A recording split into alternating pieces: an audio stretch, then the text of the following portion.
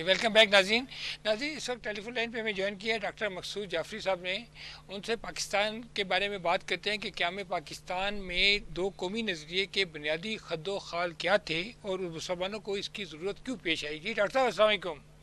السلام جی. نہیں صدیقی صاحب مہربانی. آپ کا بہت بہت مبارک ہو 73واں یوم آزادی. تو سر آپ یہ بتائیے گا کہ یہ دو قومی نظریے کے بنیادی جو خد و خال ہیں یہ کیا ہیں اور ہماری جو نوجوان نسل ہے اس کو ایجوکیٹ کریں کہ ہم نے آزادی تو حاصل کر لی, آزادی حاصل کرنے کا بنیادی مقصد کیا تھا اور اس ملک کو کس طرح اس فلاحی ریاست کے طور پہ چلانا تھا جو کہ ہم ابھی تک کامیاب نہیں ہو سکے.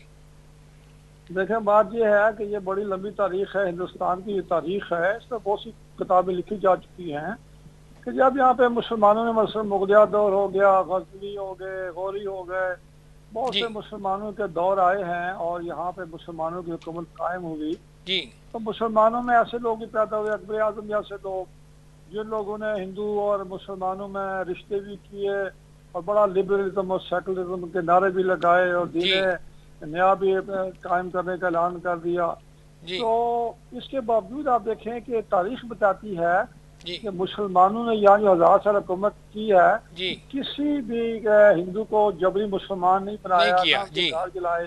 یعنی یہ خود ہندوؤں کی تاریخ بتاتی ہے کہ یہاں مسلمانوں نے, حکمرانوں نے کبھی بھی مذہب میں مداخلت نہیں کی. جی ان کے اپنے ٹیمپلز, اپنے مندر, ہر چیز آزاد. جی تو جب ہندوؤں کا جو مزاج ہے نا جی, ان کا جو ہندو سے اب تو یہ ہندوازم سے ہندوتا بن گیا, جی ایکسٹریمزم جی میں جی جی مودی وغیرہ نے بنا دیا. تو ان کی تاریخ ہمیں بتاتی ہے کہ یہ لوگ فسادی ہیں اور جی یہ بالکل طاقت کے آگے جھکنے والے ہیں. کبھی سورج کی پوجا, کبھی دریاؤں کی پوجا, کبھی شام کی پوجا, فلاں کی. جی تو یہ اس کا ایک, جیسے کہ نہرو نے اپنی کتاب میں جی گرین ورلڈ ہسٹری میں بھی اس کا ذکر کیا کہ it is not a religion, it is jumble of rites and rituals. جی یہ روایات اور توہمات کا ایک مذہب ہے.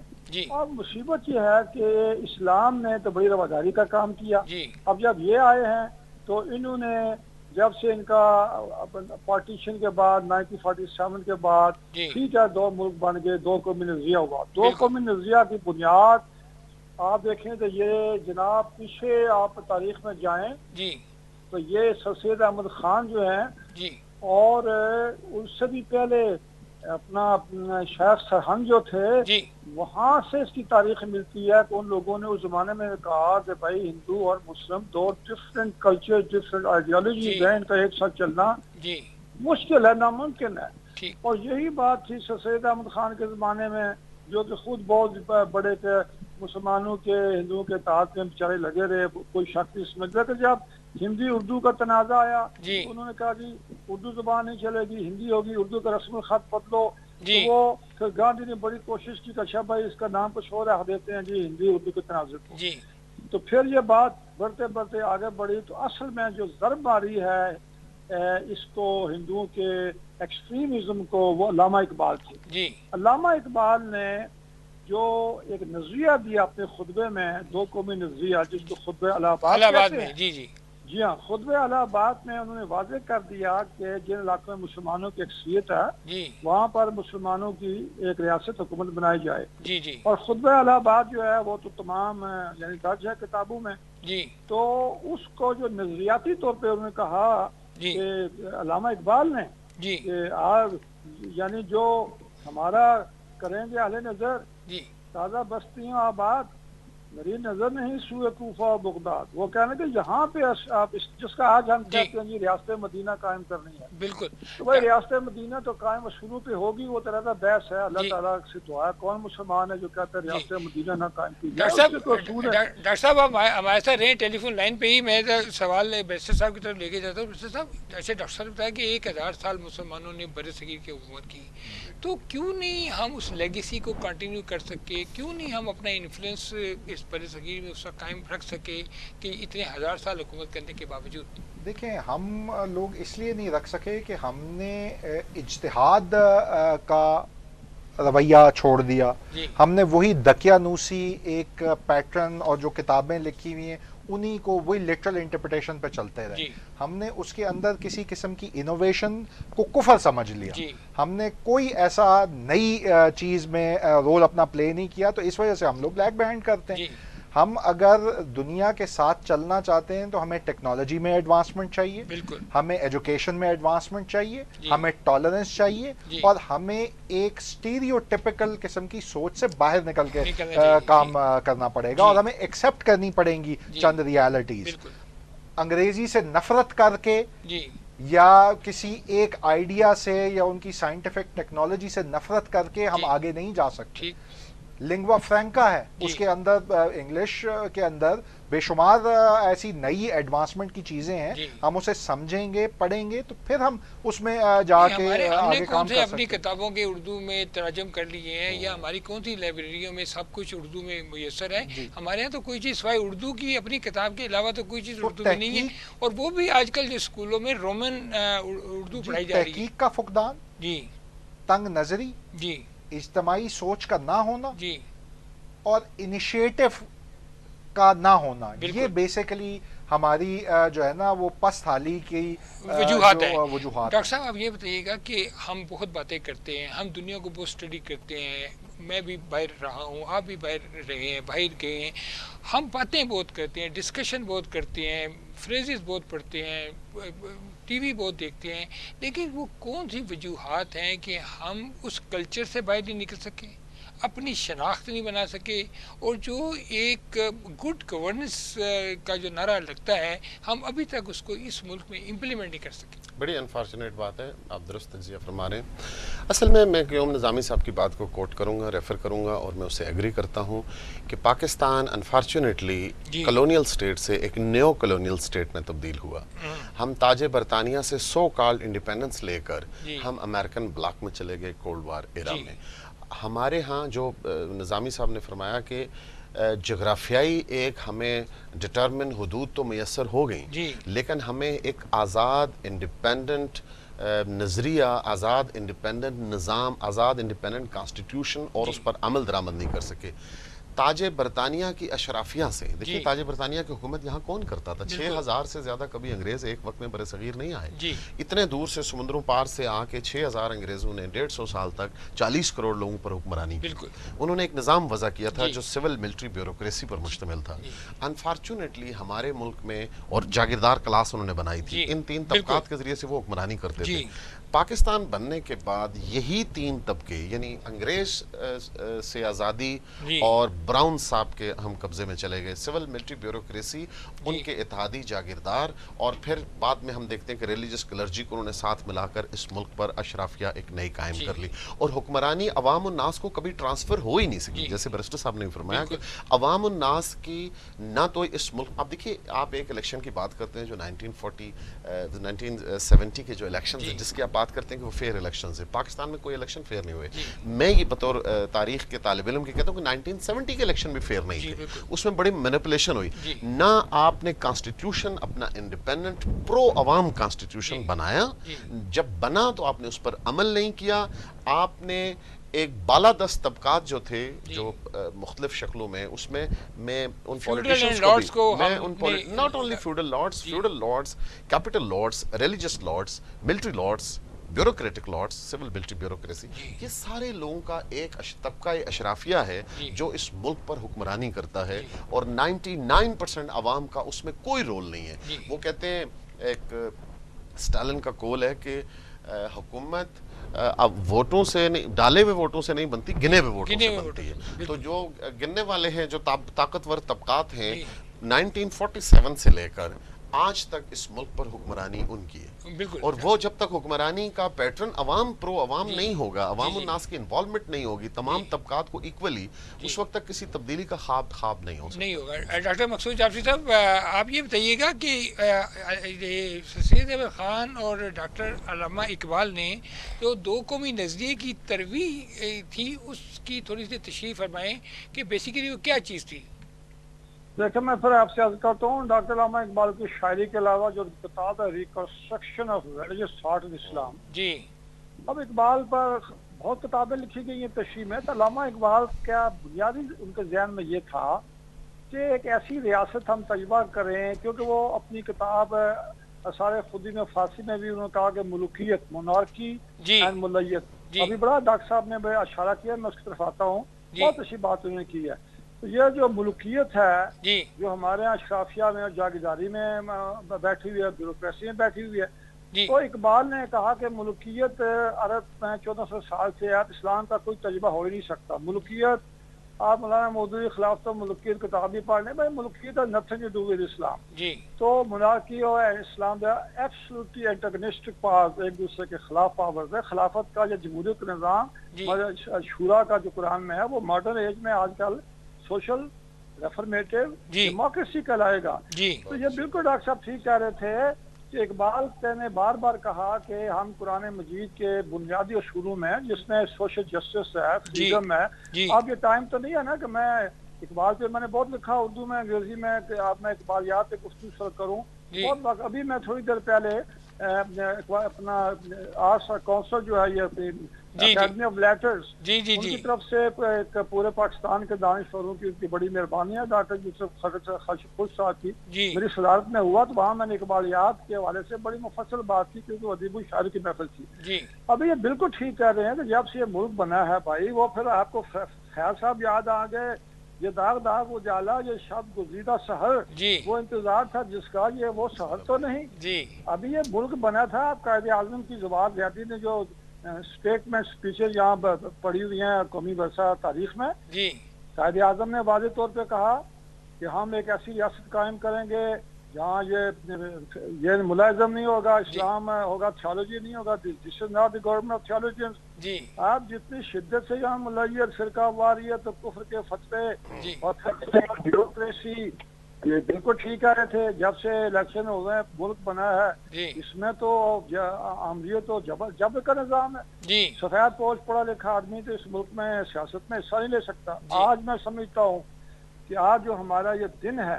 جی جس کو ہم یوم آزادی کہتے ہیں, جی بھائی اصل آزادی تو وہی ہوگی نا.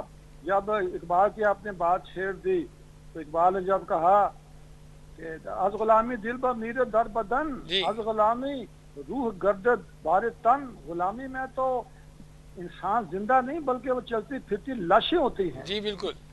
تو بات یہ ہے کہ ہمیں واقعی ملک کو بنانے کے لیے جی ڈیموکریٹک سسٹم کو بیس آن سوشل جسٹس, جی ٹالرنس. ابھی جی انہوں نے بات کی تعلیم کی. جی بھائی یہ تو میں کہہ رہا تھا نا کہ سر سید احمد خان نے ایک کمال کر دیا.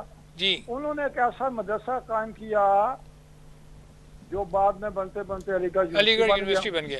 جی تو اس میں کیا کیا, جی انہوں نے اس میں انگلش کو, جی سائنس کو, جی اور moderate modern languages, Islamic concept اسلام. جی تو ادھر کچھ ایسے, میں نام نہیں لینا چاہتا, کوئی ایسے مذہبی مدرسے بنے ہوئے تھے جنہوں کا جی انگریزی حرام ہے. ابھی میں کل ایک جگہ تقریر کر رہا تھا, تو میں نے کہا بھائی کوئی زبان حرام حلال نہیں ہوتی, جی لینگویج از لینگویج. بالکل. اب انگریزی میں آپ دیکھیں, میرا بہت سا وقت امریکہ میں گزرا ہے, اور وہاں پر ڈفرنٹ یونیورسٹیز میں اسلام پر لیکچر دیتے ہوئے, اسلام دی میسج آف اسلام, میری کتاب انگریزی میں امریکہ سے شائع ہوئی ہزاروں کی تعداد میں. ڈاکٹر صاحب تھوڑا سا یہ بتائیے گا کہ قائد اعظم نے کشمیر کو پاکستان کی شہر کہا, اور آج کشمیر کے اوپر قائد اعظم 1944 میں آخری دفعہ گئے نا, قائد اعظم 3-4 دفعہ گئے ہیں. جی اب جب ان کی شادی بھی ہوئی تو انہوں نے 2-3 مہینے اپنی وائف کے ساتھ وہاں سری نگر میں گزارے, بوٹ میں. تو قائد اعظم جب گئے, شیخ عبداللہ کو بلایا اور کہا دیکھو میں نے دھوپ میں بات فیل نہیں کیے, ہندو اور مسلمان دو علیحدہ قومیں ہیں, کشمیر میں یہ فتنہ نہ کھڑا کرو.